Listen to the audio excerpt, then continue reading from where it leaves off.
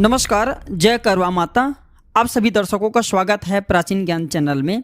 आज की इस वीडियो में करवा चौथ की संपूर्ण कथा के बारे में बताऊंगा, जिस कथा को ध्यान से सुनने से अखंड सौभाग्यवती की आशीर्वाद प्राप्त होता है। इस कथा को अगर कोई कुंवारी कन्या सुन ले तो उसे अच्छे पति की प्राप्ति होता है, और जो माता बहनें सच्चे मन से सुन ले, जिनके पति लंबे समय से बीमार पड़े हैं, ऐसे माता बहनें जो पति बीमार पड़े हैं वह ठीक हो जाते हैं। और जो माता बहनें चाहते हैं कि उनके पति का अध्यात्म उन्नति हो, धन दौलत की प्राप्ति हो एवं उन्हें दीर्घायु की प्राप्ति हो, तो इस कथा को सुनने के बाद उन्हें दीर्घायु की प्राप्ति होता है। और कोई भी पुरुष अगर इस कथा को सुनते हैं तो उन्हें अकाल मृत्यु नहीं होता, और इस कथा को सुनने के बाद अक्षत पुण्य की प्राप्ति होता है। तो कथा को ध्यान से सुनना। मैं करवा चौथ से जुड़ी हुई 4 कथा बताऊंगा, क्योंकि करवा चौथ में 4 कथा सुनने का महत्व होता है। इस कथा को सुनने के बाद आपको अखंड सौभाग्यवती होने का आशीर्वाद प्राप्त होगा। और सभी दर्शकों से निवेदन करना चाहूंगा, अगर कोई कथा कहने वाला कोई पंडित नहीं है तो इस कथा को चालू करके छोड़ देना।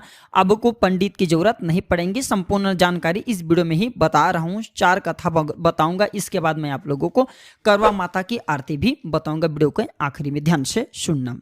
चलिए शुरू करते हैं। जय श्री गणेश।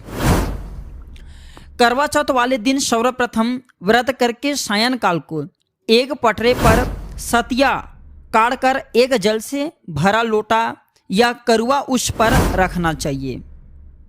काढ़े के लिए एक खांड का करुआ ले, उसके साथ एक पात्र में गेहूं या चावल आपको भर लेना है, और इच्छा अनुसार नगद रुपया आपको वहां पे रख लेना है। ये सारे विधि विधान आपको करना है।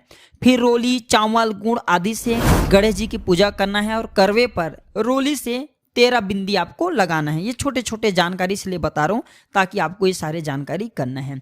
और इसके पश्चात आपको रात्रिकालीन में जब आप जो है चंद्र उदय हो जाए, संपूर्ण पूजा पाठ कार्य कर लें, तब आपको करवा चौथ की कथा सुनना चाहिए। आपको कथा सुनने के लिए क्या करना है, आपको सर्वप्रथम आपको 13 गेहूं के दाने रखना है। इसके बाद इस कथा को ध्यान से सुनने हैं। 13 गेहूं के दाने को इसके बाद इस कथा को सुनने के बाद आपको भगवान गणेश जी के सामने में चढ़ा देना है, या फिर आप ये ऐसा काम कर सकते हैं, इस गेहूं के दाने को भगवान गणेश जी को चढ़ा सकते हैं या फिर कहीं पे बो सकते हैं।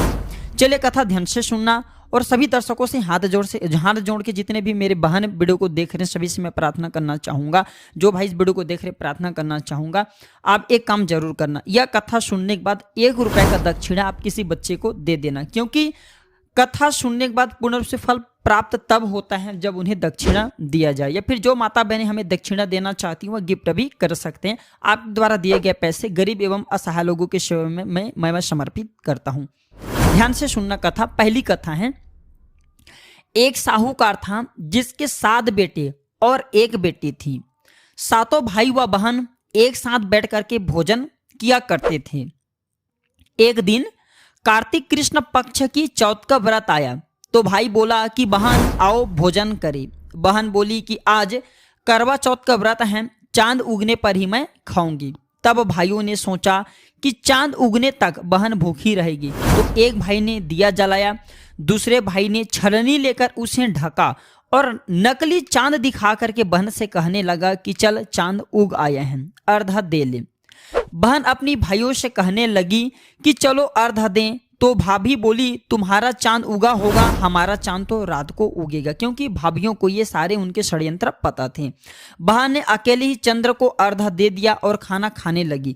तो पहले ग्रास में बाल आ गया, दूसरे ग्रास में कंकड़ आया, और तीसरे ग्रास में मुंह तक किया तो उसकी ससुराल से संदेश आया कि उसका पति बहुत बीमार है, जल्दी भेजो। माँ ने जब लड़की को विदा किया तो कहा कि रास्ते में जो भी मिले उसके पांव लगना, और जो कोई सुहागन का आशीष दे तो उसके पलकों में गांठ लगा करके उसे कुछ रुपए देना। बहन जब भाई से विदा करके वहां से चले गई, ध्यान से सुनना, तो रास्ते में जो भी मिला उसने यही आशीष दी कि तुम 7 भाइयों की बहन, तुम्हारे भाई सुखी रहें और तुम उनका सुख देखो। सुहाग का आशीष किसी ने भी नहीं दिया। जब वह ससुराल पहुंची तो दरवाजे पर उसकी छोटी ननंद खड़ी थी। वह उसके भी पांव लगी तो उसने कहा कि सुहागिन रहो, सपूती हो जाओ। बहन ने यह सुनकर पल्ले में गांठ बांधी और ननंद को सोने का सिक्का दिया। कथा ध्यान से सुनिए।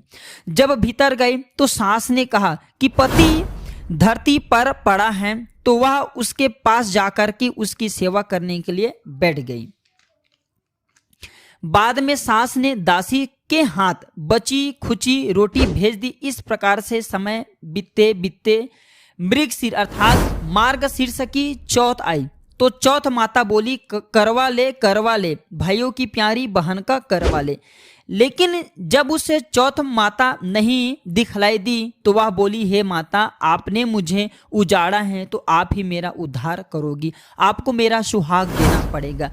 तब उस चौथ माता ने बताया कि पौष की चौथ आएगी, वह मेरे से बड़ी है, उसे ही सब कहना, वही तुम्हारा सुहाग वापस देगी। पौष की चौथ आकर चली गई, माघ की चली गई, फाल्गुन की चली गई, चैत्र बैसाख की, ज्येष्ठ की, आषाढ़ की, श्रावण की, भादो की, सभी चौथ आई और यह कह करके चली गई कि आने वाली जो करवा है जो चौथ उसे कहना। असौच की चौथ आई तो उसने बताया कि तुम पर कार्तिक की चौथ नाराज है, उसी ने तुम्हारा सुहाग लिया है, वही वापस कर सकती है, वही आएगी तो पांव पकड़ करके विनती करना। यह बात कह करके वह भी चली गई। जब कार्तिक की चौथ आई तो वह गुस्से में बोली, भाइयों की प्यारी करवा ले, दिन में चांद उगानी करवा ले, व्रत खंड करने वाली करवा ले, भूखी करवा ले। यह सुन करके वह चौथ माता को देख करके उसके पांव पकड़ करके गिड़गिड़ाने लगी कि हे चौथ माता, मेरा सुहाग तुम्हारे हाथों में है, आप ही मुझे सुहागिन करे। तो माता बोली, पापिन हत्यारिन, मेरे पांव पकड़ करके क्यों बैठ गई? तब वह बोली कि जो मुझसे भूल हुई है उसे क्षमा कर दो, अब भूल नहीं करूंगी। तो चौथ माता ने प्रसन्न होकर के आंखों से काजल, नाखून में से मेहंदी और टीके में से रोली लेकर के छोटी उंगली से उसके आदमी पर छींट दिया। तो वह उठ करके बैठ गया और बोला कि आज मैं, ध्यान से सुनना, और बोला कि आज मैं बहुत सोया। उनके जो पति हैं बोले कि आज मैं बहुत सोया। वह बोली, क्या साएं, मुझे तो 12 महीने हो गए। उसने बोला, ध्यान से सुनना, वह बोली, क्या सोए, मुझे तो 12 महीने हो गए, अब जाकर के चौथ माता ने मेरा सुहाग लौटाया। यह सुन करके उसके पति ने कहा, ध्यान से सुनना, कि जल्दी से माता का पूजन करो। जब चौथ की कहानी सुनी, करवा का पूजन किया और प्रसाद खाकर दोनों पति पत्नी चौपड़ खेलने बैठ गए तो नीचे से दासी आई। उसने दोनों को चौपड़ पासे खेलते देख तो उसने अपने सासू जी को जाकर के बताया। तब से सारे गांव में यह बात प्रसिद्ध हो गई कि जब इस तरह चौथ का व्रत रखे तो सुहाग अटल रहेगा। हे चौथ माता, जैसे तूने साहूकार की बेटी का सुहागन दिया वैसे सबको देना, यही करवा चौथ के उपवास की सनातन महिमा है। चलिए दूसरी कथा की ओर बढ़ते हैं। इसे भी ध्यान से सुनना। कथा में जो भूल चूक हो रही, त्रुटि हो रही, उसके लिए मैं क्षमा चाहूंगा। ध्यान से सुनना। तो अति प्राचीन काल की बात है। एक बार पांडुपुत्र अर्जुन तप करने के लिए नीलगिरी पर्वत पर चले गए तो पीछे से द्रौपदी को बड़ी चिंता होने लगी कि कहीं अर्जुन की तपस्या में कोई विघ्न बाधा न आ जाए, क्योंकि पांडवों के अनेक शत्रु थे। इसी प्रकार द्रौपदी ने शोक विहल को ही श्री कृष्ण की आराधना की। ध्यान से सुनना, शोक विहल हो करके, अर्थात थोड़ा सा वो शोक होकर के भगवान श्री कृष्ण की आराधना की। श्री कृष्ण उपस्थित हुए और पूछा, कहो क्या कष्ट है तुम्हें? द्रौपदी बोली कि हे प्रभु, मुझे क्या कष्ट है यह तो आप स्वयं जानते हैं, आप तो अंतर्यामी हैं, मुझे कष्टों के बोझ ने विहल कर दिए हैं। क्या कोई ऐसा उपाय है जिससे इन कष्टों से छुटकारा मिल सके? श्री कृष्ण मुस्कुराकर बोले कि हे महाभागा, तुम्हारा प्रश्न अति उत्तम है। यही प्रश्न एक बार पार्वती जी ने शिव जी से किया था। तब शिव जी ने पार्वती जी को करवा चौथ व्रत का विधान बताया था। तब द्रौपदी बोली कि प्रभु, करवा चौथ व्रत की जानकारी मुझे भी दीजिए और उसकी कथा कहिए। तब श्री कृष्ण ने एक पल सोचने के बाद कहा कि दुख सुख जो संसारिक माना जाता है, प्राणी उसमें सदा ही लिप्त रहता है। मैं तुम्हें अति उत्तम करवा चौथ की कथा सुनाता हूँ, इसे ध्यान से सुनो। प्राचीन काल में गुणी विद्वान धर्मपरायण वेद शर्मा नाम का एक ब्राह्मण रहता था। उसकी पत्नी का नाम लीलावती था। उसके 7 महारथी पुत्र तथा एक वीरवती नाम की पुत्री थी। उसकी आंखें नीलकमल के समान और मुख चंद्रमा के समान था। विवाह योग्य होने पर वेद शर्मा ने एक विद्वान ब्राह्मण के साथ उसका विवाह करा दिया। एक बार पुत्री ने अपनी भौजाइयों सहित कार्तिक कृष्ण चतुर्थी का व्रत किया। सायंकाल स्नान कर सभी ने भक्ति भाव से पूरी पूजन सामग्री से गौरी जी की पूजन किया तथा अर्घ देने के लिए चंद्र उदय की प्रतीक्षा करने लगी। किंतु चंद्र उदय से पूर्व ही वीरवती को क्षुधा ने बाध्य कर दिया, अर्थात भूख ने बाध्य कर दिया और वह बेहोश हो गई। इससे उसके स्नेह भाई अत्यंत दुखी हुए और उन्होंने छल से पीपल की आड़ में कृत्रिम चंद्रमा बना करके दिखा दिया। लड़की ने अर्घ देकर भोजन कर लिया, क्योंकि उन्हें भी पता नहीं था कि वो चंद्रमा है करके वो जो भोजन करने लगी और अर्घ भी दे दिया। भोजन करते उसके पति की हृदय गति बंद हो गई। इससे दुखी हो उसने पुनः शिव जी का पूजन 1 वर्ष तक निराहार रह करके किया तथा वर्ष के समापन होने पर करक चतुर्थी का व्रत किया। तब इंद्रायणी वहां देव कन्याओं के साथ करक चतुर्थी का व्रत करने आई और स्वयं वीरवती के पास गई। ध्यान से सुनना। तब ब्राह्मण पुत्री ने उससे अपने दुख का कारण पूछा। इंद्राणी ने बताया कि तुम्हें करवा चौथ व्रत में चौथ दर्शन से पूर्व भोजन कर लेने से यह कष्ट मिला है। तब उस लड़की ने अंजलि बांध करके विनय की कि इससे मुक्त होने का कोई उपाय बताइए। इस पर इंद्राणी ने कहा, अब तुम विधि पूर्वक इस करवा चौथ का व्रत करो तो तुम्हारे पति पुनर्जीवित हो जाएंगे। वीरवती ने ऐसा ही किया, जिसके प्रभाव से उसका पति जीवित हो गया और वह अपने पति के साथ, ध्यान से सुनना, वह अपने पति के साथ आनंद पूर्वक रहने लगी। श्री कृष्ण ने कहा कि हे द्रौपदी, यदि तुम भी इस व्रत को करोगी तो तुम्हारे सभी कष्ट टल जाएंगे। श्री कृष्ण की इन वचनों को सुनकर द्रौपदी ने यह व्रत किया और पांडव सभी क्षेत्रों में विजयी हुए। इस प्रकार सुख, सौभाग्य, पुत्र, पौत्र आदि धन्य धान्य की इच्छुक स्त्री को यह व्रत विधि पूर्वक जरूर करना चाहिए। जय करवा माता। करवा चौथ की अब जो है तीसरी कथा ध्यान से सुने। एक ब्राह्मण परिवार में 7 बहुएं थी। 6 बहुओं के मायके वाले बहुत अमीर थे, इसी कारण ससुराल में उनका बड़ा मान था, परंतु छोटी के मायके में कोई न था। वह घर का सारा काम काज करती, सबकी सेवा करती, पर कोई भी उससे प्यार नहीं करता। सभी धुतकारते रहते।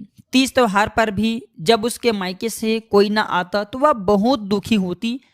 हर वर्ष की तरह इस वर्ष भी करवा चौथ का व्रत आया। अन्य बहुओं के मायके से उनके छोटे भाई करवा लेकर के आए, किंतु छोटी के मायके में यदि कोई होता तो करवा लेकर के आते, क्योंकि उनके कोई अपने नहीं थे। तो सास भी छोटी को खरी खोटी सुना रही थी। वह दुखी होकर घर से निकल पड़ी और जंगल में जाकर के रोने लगी। एक नाग बहुत देर से उनका रोना सुन रहा था। अंत में वह अपने बिल से निकल आया। तब छोटी बहू से पूछने लगा कि बेटी क्या बात है, तुम क्यों रो रही हो? छोटी बहू बोली, आज करवा चौथ है, मेरा कोई भाई नहीं है। यदि मेरा कोई भाई होता तो आज जरूर करवा लेकर के आता। नाग को छोटी बहू पर दया आ गई। नाग ने कहा, बेटी तुम घर चलो, मैं अभी करवा लेकर के आता हूँ। थोड़ी देर बाद वह नाग बहू की ससुराल पहुंचा। ससुराल वाले इतना सामान देकर के चकित हो गए। सास भी प्रसन्न हो गई। सास ने प्रसन्न मन से छोटी बहू को नाग देवता के साथ भेज दिया, क्योंकि बहुत सारे ढेर सामान लेकर के नाग देवता वहां पे गए थे अपने बहन को लेने, क्योंकि अब इसे वो बहन मानने लगे। तो नाग देवता ने छोटी बहू को अपना सारा महल दिखाया और कहा, जितने दिन चाहो आराम से रहो, मन चाहा खाओ, मन चाहा पहनो, पर एक बात याद रखना, सामने रखी नांद कभी मत खोलना। छोटी बहू सारा समय महल में आराम से काटती, पर नांद के बारे में उसकी उत्सुकता बढ़ती जाती। एक दिन जब घर में कोई न था, उसने नांद को उठा करके देखा तो हजारों छोटे छोटे सांप के बच्चे इधर उधर रेंगते थे। इससे जल्दी ही, ध्यान से सुनना, तो उसने जल्दी ही नांद को ढक दी। जल्दी में एक सांप की पूंछ नांद के नीचे आकर के कट गई। शाम को नाग के आने पर छोटी बहू ने अपने गलती स्वीकार कर ली। नाग ने भी उसे क्षमा कर दिया। जब छोटी ने ससुराल जाने की इच्छा की तो नाग ने उसे धन रत्न आदि देकर के विदा किया। छोटी बहू के ससुराल में अब उसकी बड़ी इज्जत होने लगी। जिस सांप की पूंछ कटी थी उसे सभी बंडा कहकर तंग करते थे। एक दिन उसने अपनी माँ से पूछा कि मेरी पूंछ कैसे कटी है। माँ ने कहा कि छोटी बहू के नांद उठाने पर जल्दी में रखने के कारण तुम्हारे पूंछ कटी हैं। तो वह बोला कि मैं छोटी बहू से बदला लूंगा। माँ के बहुत समझाने पर भी वह एक दिन चुपचाप छोटी के घर छुपा और मौका पाकर उसने काटने की सोचने लगा। ध्यान से कथा सुनना दर्शकों। वहां छोटी बहू और उसकी सास में किसी बात पर बहस हो रही थी तो छोटी कसम खाकर कहने लगी कि मैंने ऐसा नहीं किया है। वह कह रही थी कि मुझे बंडा भैया से प्यारा कोई नहीं। देखिए यहाँ पे जो सांप कटे हैं उसे छोटी उनके जो बहू हैं बोल रहे हैं कि मुझे बंडा भैया से प्यारा कोई नहीं है। उनकी कसम खाकर कहती हूँ कि मैंने ऐसा नहीं किया। बंडा भाई ने जब सुना तो सोचने लगा कि जो मुझसे इतना प्यार करती है मैं उसे ही काटने आया हूँ। वह चुपचाप घर चला गया। माँ ने पूछा ले आए बहन से बदला। वह कहने लगा कि माँ बहन से कैसे बदला, क्योंकि तभी से बंडा भाई वह छोटी बहन हुए। तभी से जो बंडा है वह जो छोटी बहू हैं उनके भाई हुए और जो छोटी जो बहू हैं उनके बहन हुए। तो भाई प्रतिवर्ष चौथ के दिन जो बंडा भाई हैं जो नाग हैं प्रतिवर्ष चौथ के दिन करवा लेकर के जाता है। वह बहन बड़े प्यार से करवा चौथ का व्रत करती हैं। बोले करवा माता की जय। चले करवा चौथ की मैं चौथे एवं अंतिम कहानी बताऊंगा, कथा ध्यान से सुनना। तो प्राचीन काल में करवा नाम की एक पतिव्रता स्त्री अपने पति के साथ नदी किनारे एक गांव में रहती थी। कार्तिक माह के कृष्ण पक्ष की चतुर्थी अर्थात चौथ के दिन उसका पति नदी में स्नान करने के लिए गया। स्नान करते समय एक मगरमच्छ ने उसका पैर पकड़ लिया, उनके पति का पैर पकड़ लिया।